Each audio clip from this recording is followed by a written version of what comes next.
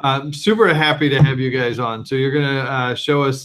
Curtis has been working a lot with Red Hat and the environment there in the OpenShift environments, our integration there. So you guys are going to talk about a CI/CD pipeline within OpenShift. And are you doing live demos or slides? No, live demo. Live demo, man. This is live. Anything can happen, folks. Live demo day. So we'll see if the internet cooperates for you guys. So who do I pin on the demo, or do I pin either one of you as you're jointly presenting? We're going to start with Siamak, and then we'll pass the screen to me midway, just to add complexity to an otherwise already dangerous. You're going to make sure I pay attention. Okay, Siamak, you have the screen. So, all right, let me share my screen.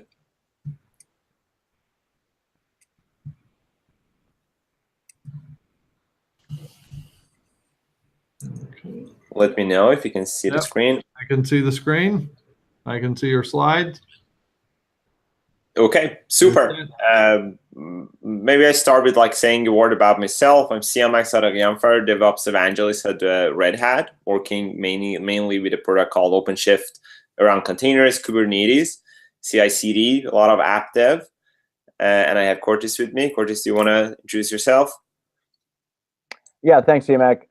Also an evangelist, but I do a lot of our strategic alliances and technology alliances and stuff here. So that's why my involvement with Red Hat. You can also find me at on commit. That's my sort of professional handle. Yanko is my personal Twitter handle. I try to keep the two separate. All right, so we have quite a lot of stuff prepared for you to show you, and what we want to talk about mainly is how CI/CD looks like in the age of containers, especially with security in mind. So containers are quite popular now. They have changed how people package and deliver software, and for good reason, because it makes them a lot more productive instead of deploying things on virtual machines. And Kubernetes has become the de facto standard for orchestrating these containers on top of different type of infrastructure. So what we want to show you today is how would that look like in practice. As an example of if somebody is building application, Java application with Spring Boot, that's also quite popular these days, especially if you're building microservices, to take that application, deploy it in different environments, make a change to that, and more importantly, when we were deploying in the age of virtual machines, our guidelines and principles for how to deal with security was very well documented, well understood. Fast forwarding to the containers, that somehow was left behind. Security didn't come along, so people started building a lot of containers. And since there were no guidelines or practices in place, we sometimes run into issue of people pushing things that have maybe security vulnerabilities into production. So we want to talk a little bit more about that aspect of delivering applications as containers as well. I'm going to start with very briefly talk about what OpenShift is. OpenShift is an enterprise Kubernetes from Red Hat. It's certified Kubernetes, and it adds a little bit stuff underneath to simplify operations of Kubernetes. Installing Kubernetes is fairly simple, but when you get to upgrading to the next version, patching it, managing different operational aspects around that, it becomes very difficult to run Kubernetes for a long time.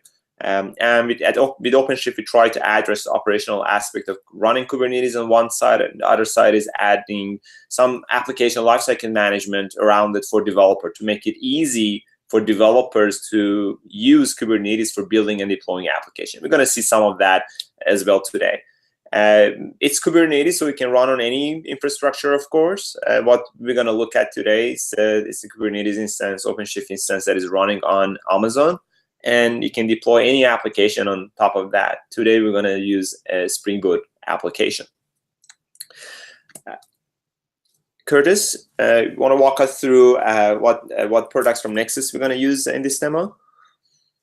Yeah, can you advance the slide? Am I not seeing it? Oh, there we go. So, right. So, of course, we're going to feature Nexus Lifecycle because we're in a CI/CD setting.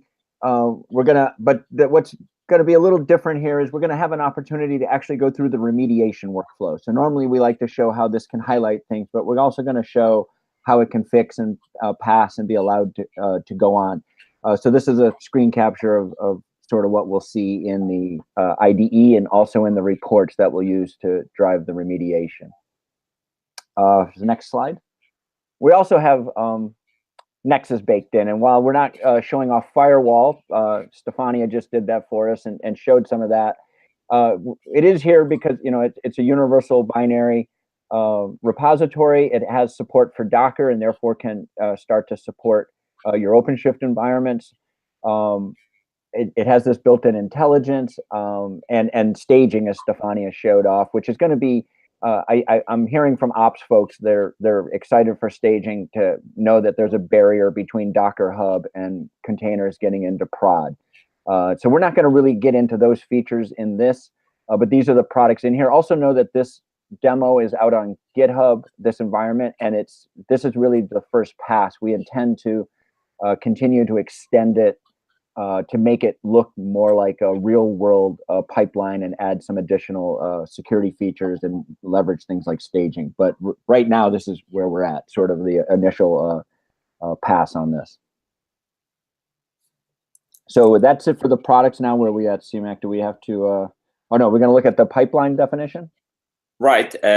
Thanks, Curtis, for that. So for what we're gonna show you as a demo is a pipeline with moderate complexity. We have taken the example application from Spring Boot, the pet-kill-link, and we're going to put it in the scenario that we want to build it, test it, look at how we manage the life cycle of this application throughout different stages that it goes through. And along that process, we want to also make sure that we're not pushing anything bad security-wise into these environments. So we're going to use Nexus IQ to scan it at different stages and see, make sure that we fulfill those criteria that we have around security for our application. All the infrastructure I'm going to show you is running on OpenShift, including the application itself. We have two environments for the application. One is the development environment, when we freely deploy stuff, maybe even they have security issues, but since it's a dev environment, we don't mind much. And then we have the staging environment, which is our pre-production. So we want it to be as strict as our production, and there we want to make sure that it follows all the tests should be green, it shouldn't have any high risk security vulnerability, for example, and we have a strict policy of what kind of releases we can push into our staging environment. And with that, I'm going to jump into the demo and show you how this looks like in action. Here I have my OpenShift environment. Like I said, this is enterprise Kubernetes with a developer-focused web console on top of that. On the left side, we have the service catalog. It's some of the applications that are available to deploy, or images directly on the Kubernetes. You can also, of course, deploy any image from Docker Hub or any other registry, or like Nexus, or like Curtis was introducing, a registry that is hosted on Nexus. You can just specify it here and deploy directly on the platform. We have three projects that we are using here. Pet-kill-link Dev and Stage are our development environment and staging environment. One way to model different environments in OpenShift is through projects. Some users, some teams have different clusters for their different environments. A lot of teams we see, they manage that through project, because one of the things that OpenShift adds on top of Kubernetes is role-based access control. So we can control exactly who can have access to the stage, who can read stuff from the stage project, who can deploy stuff in the dev project. So we have modeled that through our projects. If I go to the staging environment, for example, we already have the pet-kill-link deployed. Like I said, it's a stock application from Spring, available on GitHub. If we try it out, it's deployed as a container running on this Kubernetes, and it's a web application, quite simple for a pet-kill-link based on Spring Boot. We have the same application in our development environment as well, and when we are happy with our development phase, then we usually promote stuff to the stage when all tests are green and we have verified that nothing bad is in the code, security-wise, or patterns, bad smells, and so on. And there was a third project that I want to show you, CI/CD. That's where we have all the components of our demo, or infrastructure for CI/CD, that are deployed there. We have a Git server in that environment, which is the source code for our application. We're using GOGS here. It looks like very much like GitHub. It is a standard Git repo, nothing really that exciting about that. Then we have a Jenkins instance, of course, that will be the backbone of our pipeline. We have a Nexus repository when we publish our artifacts, when we build them throughout the process. If you want to manage the lifecycle, come up in a second. While it's loading, we also have Nexus IQ, Nexus lifecycle for scanning and making sure that our login in the meantime, the code that you're pushing in different environment is clean and doesn't have any bad thing in it. And there we have the repository. All right. And the last component, of course, is Sonatype. We use that for some static analysis around the code. So this is the entire environment that we have set up. Like I said, everything is running in OpenShift, all these components, but some of them you might choose in your development production environment to be running outside. Like Nexus is very popular that people deploy it on virtual machine outside OpenShift environment. Git server might be some of that. Some organizations have a Jenkins that is running outside. So in this scenario, you have built the pipeline as a standard Jenkins file. So if I click on that, you can see in the configuration there is a standard pipeline syntax for building Jenkins pipelines, and OpenShift has some plugins added to Jenkins instance that automatically syncs this pipeline with whatever pipeline is defined in Jenkins. You don't have to do it this way. We have just for simplicity put it this way. The more recommended way is that you put your Jenkins file in the Git repo, and that's the model that we usually recommend for using with OpenShift as well. So this would translate to a Jenkins file that would be in the Git repo, and OpenShift would just read that and create a pipeline based on that. Let's start this pipeline and see how it goes. As soon as it starts a pipeline, it creates an instance of that.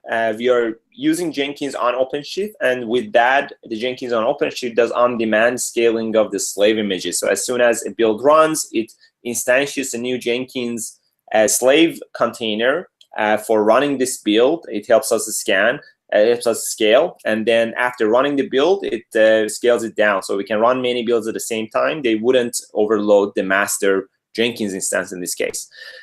We can take a look at the logs or the flow of the pipeline running directly in Jenkins as well. Well, I like the blue ocean interface a little better, so let's go there.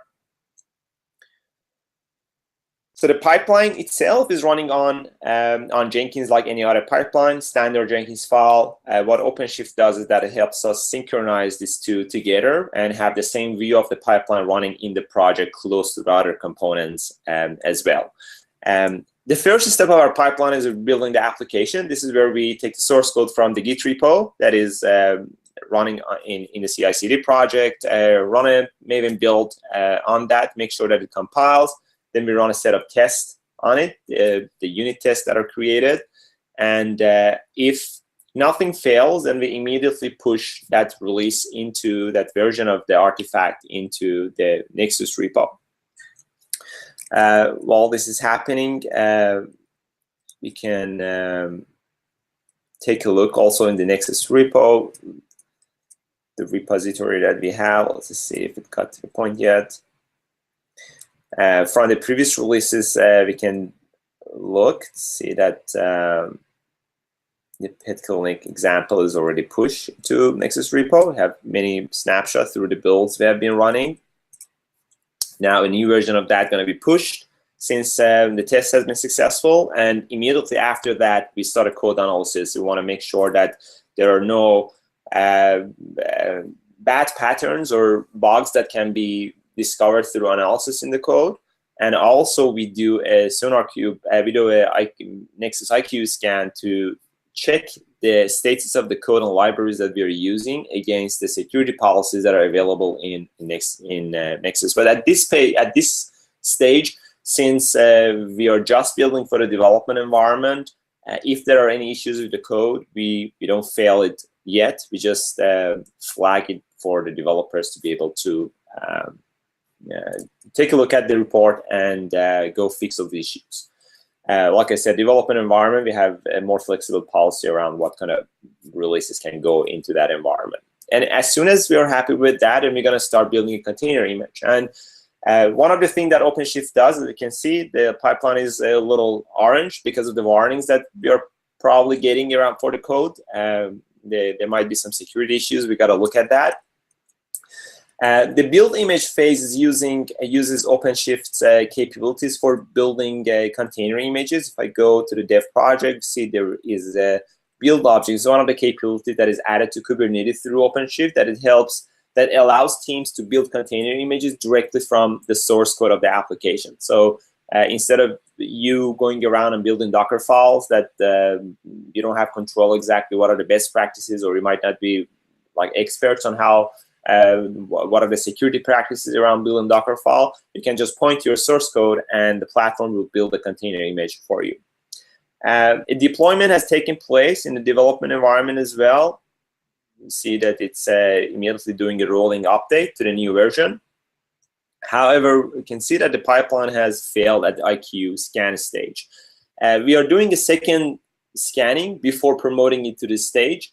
And the reason for that is that at this stage, we want to make sure that there are no security issues with the code or application that we want to push. There is no point of forgiveness at this point, because anything that goes to this stage, if the tests are successful, we will put that in production. And we want to make sure that nothing goes through our hands, and we address the security issues before they get to production. All right, so our pipeline has a little issue, our code has some issues. We have some problem in the scanning. Let's take a look at Nexus IQ and see what are the problems around our code. Okay, I can see that at the build stage, we have found 3 high risk issues and 10 warnings are created. I'm going to hand it over to Curtis now to walk us through what are these issues and what can we do about that to address the issues that are in the code and hopefully rectify them and make a release to the staging environment. Yeah, excellent. So Derek, if you can pass the screen to me. Whoa, why is it? You got it. Okay, there we go. I think we have successfully passed the screen. It worked. Hopefully folks can see that now.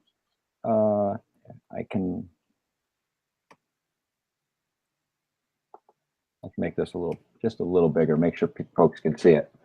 All right, so as Siamak pointed out, our pipeline's broke because we have these 3 issues. So we can start to look in, and now I'm a developer. I can use this information to get the feedback and drive this through remediation.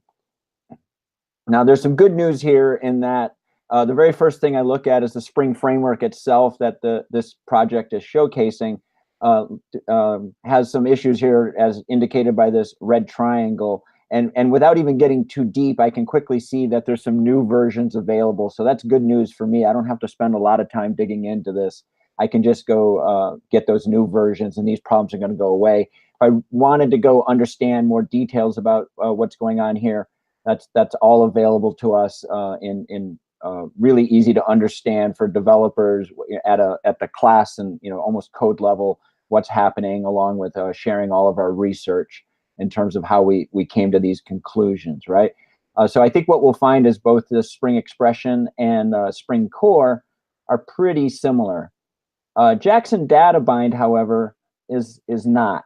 Jackson Data Bind, when we first look at, looks a little disconcerting because there is no good version. There's one more version available to us. It still has our problem. So we're gonna have to drill in here and take a look. Now, fortunately, this is a really interesting one between our security team and theirs. There's been a lot of back and forth about whether or not this has been fixed. The project team has since sort of come to the same conclusion we have, that their whitelist approach is not sufficient, so it's still marked vulnerable. However, if you look at our recommendation, there is a possible workaround here. So if we just don't use the default typing and instead implement our own, right? So it gives our developers the information they need on how they can override this and avoid this problem. So for here, I'm not going to get into the coding of that, but what I am going to show off here is the workflow of how, if we had done that, what we would do. And I would just go to the issue itself, and I'm going to go ahead and update that this is not applicable to us. And I'm going to add that, you know, we've made the coding changes, right? And so once I update this issue has now been marked just in this app as having been, you know, remediated at the local level. So that sort of deals with that one, and we'll come back and with the next build, that one should just go away as a byproduct of that. But we've still got to deal with these other two that I need some newer versions. So I see now I'm in the IDE, right? I got my palm up. I see them. And so really what I want to do is I want to just, you know, go to the new version and migrate. This would be the happy path here. But what I'm going to get here is a message telling me that it's actually not even declared in this project. We're getting this from the parent POM. So, okay, fair enough. Parent POM it is. So I did a little research out on I did some searching through Maven Central, and I realized that we now have available to us 202 is available to us as the most recent release of this framework, and it's that third digit. So somebody's aware of some of the issues they had and are cleaning them up, as is indicated here. And there may have been other non-security related issues fixed as well. So I'm going to just hit save, and I'm going to rebuild that here locally, right? I just rebuild it all. And if the demo gods are with us, data bind's still sticking around because it hasn't run through the scan to pick up the fact from the server that it's been marked as not applicable. Let me see if I can sort of force that. I just reevaluate here. Yeah, it went away there. And this is, let me just hit this one more time. No, still going to hang in there for me, isn't it? But the other Spring ones have gone away, right? Because when we upgraded this, it upgraded them to that newer version that's available to us. So I'm pretty happy with my code for now, and I'm going to go ahead and commit it. So I'm going to come back here. I've got a new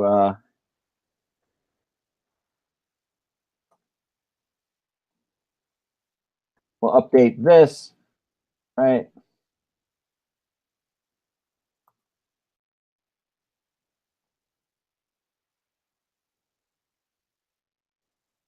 Commit that off,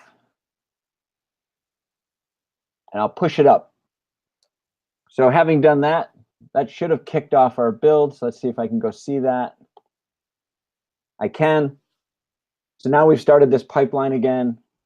Like Siamak, I'm a fan of Blue Ocean visually. If I can jump over there. And if everybody cooperates with us here, this now should be allowed to pass through those this final scan. This should stay green and get promoted to stage, assuming Jackson Databind plays nice with me. And so, you know, what's missing from this at this point, though, and what I alluded to extending this, we want to move that Jenkins file out to the project. That way we'd have branching support. We would be doing this in a branch, and doing the branch would never be able to get past stage no matter what. Once we push to master, it'll be eligible, so we'll start to be able to reflect that. We're also missing one other test here to validate the contents of the container, probably something like OpenSCAP, to validate at the OS and middleware layers, or in this case, it's a Java runtime, that we don't have any issues there. And more importantly, probably than bill of materials, that it's properly configured, right? The right users, right permissions, right folder structures, all those sorts of things. And that would sort of then complete the validation of this container, that it meets all of our requirements to be allowed to go to production from these standpoints. Obviously, we've stubbed out, you know, when we do these deploy to dev, and that there's an implied a bunch of other testing takes place, all the traditional testing that we're already familiar with, that's, you know, sort of outside of the scope of this demo. So so that's where we're at now, and let's just keep our fingers crossed here for a minute and see if we'll know when we get this one if it doesn't go yellow, if it doesn't mark it as unsecure. And I think timing wise, we're going to come in right on the clock. So while this is going, policy, we can start to see the output of this.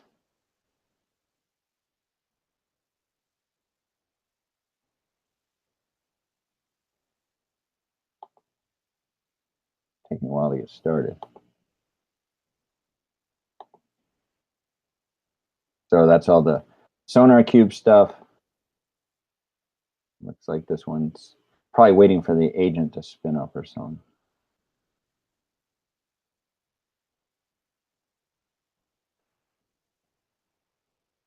It's not going.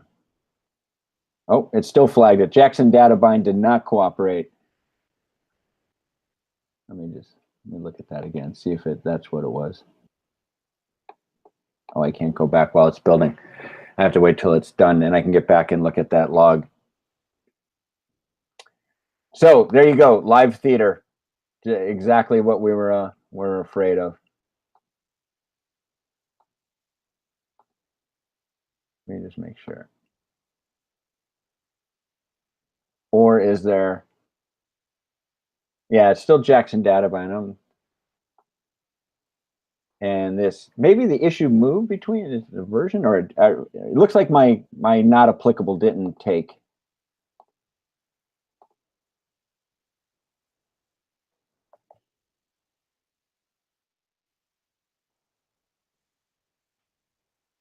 All right, that cleared it out here. Let's see if we did it in time to get through the, no, it failed in stage. I didn't get there fast enough. So it looks like my waiver of not really waiver, but my audit trail that we had fixed it in code didn't get in there in time, so we still failed. But had that been there, we would have passed this phase. We would have been promoted into stage, allowed to finish our testing. This then would go through a workflow of a pull request off to master, and then we'll get this thing to prod. So hopefully that gives an idea of, now the big takeaways from this though is we have IQ Server running in OpenShift. So even though there's not a certified container out there, we now have templates available to us in this project. So for folks that want to run IQ Server in OpenShift, there's now at least a reference implementation there that people can make their own templates from. So that's something we've been getting asked a lot for. And going forward, Siamak and I will continue to evolve this to start to look more like a complete solution. Hey, Curtis, this is Derek. Just because we're going to break after this, if you want to run through it again, run through that build, if it's only going to take a couple of minutes, we can. We're not butting up against another speaker, so if you want to restart it, you can certainly go ahead. Yeah, let me. How do I get it? If I want to kick the build, I can start it immediately. Okay, there you go. Yeah, the Blue Ocean interface is super cool, by the way. I do like it a lot. This always makes everything look linear, and at least here I can see the parallelization, and we don't use enough of it in this project yet, but as we evolve it, we'll be able to show off. We'll have another parallel step here doing the open SCAP, maybe stub out some of the kinds of testing that can happen here. We'll show it bypass from the pull. So it is a pretty slick UI. And you can never blame too much security, right? So our policies are very strict here. Unless we're really sure that the issue is fixed with Jackson, we're not going to allow going into staging environment yet. And I'm glad you mentioned that, just to show the policies. This is actually pretty typical of an early adopter. We would initially set up these policies where everything is set to no action. That's what we call our audit mode. This allows teams to just start to socialize results without impacting developers' workflows, but start getting the feedback, right? Start seeing the kinds of data that's available to them, maybe even give them a chance to clean up before we turn on enforcement. And then a lot of teams like to incrementally add enforcement, right? So they might start out with exactly what I've done, just the high security things. So let's just start with the things that scare us the most, turn those on, make sure everybody's clean, and then we can incrementally add more, start to turn on more policies. And here you see the effect of the warn at build time. We're not going to break the build. That's too soon in the life cycle. We want to know all the problems that we have. We want to run it through all of our testing so we know that. But we don't want to pass this downstream. So sort of depending on how you're set up, you could fail here at stage or release. That's up to you and your life cycle. So just a sense of how the policies are set. Now, this is the complete set at the org. Pet Clinic itself inherits a subset because it doesn't have any categories assigned to it. So it's only inheriting policies that apply to all applications and not ones targeted for specific apps. So if we go back, look at that, we're sort of in it.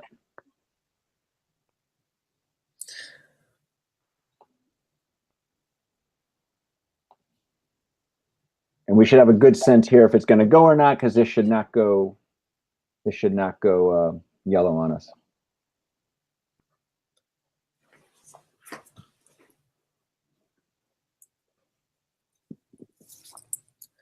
But I think this shows the point quite clearly of a path to bring security more into that continuous flow of building the code instead of keeping it as a last step, that after everything is released, we get the security team involved. But through products like Nexus IQ, SonarCube, and similar, we can bring those teams to define these policies a lot earlier in that flow, pretty much after every change that is applied to the code.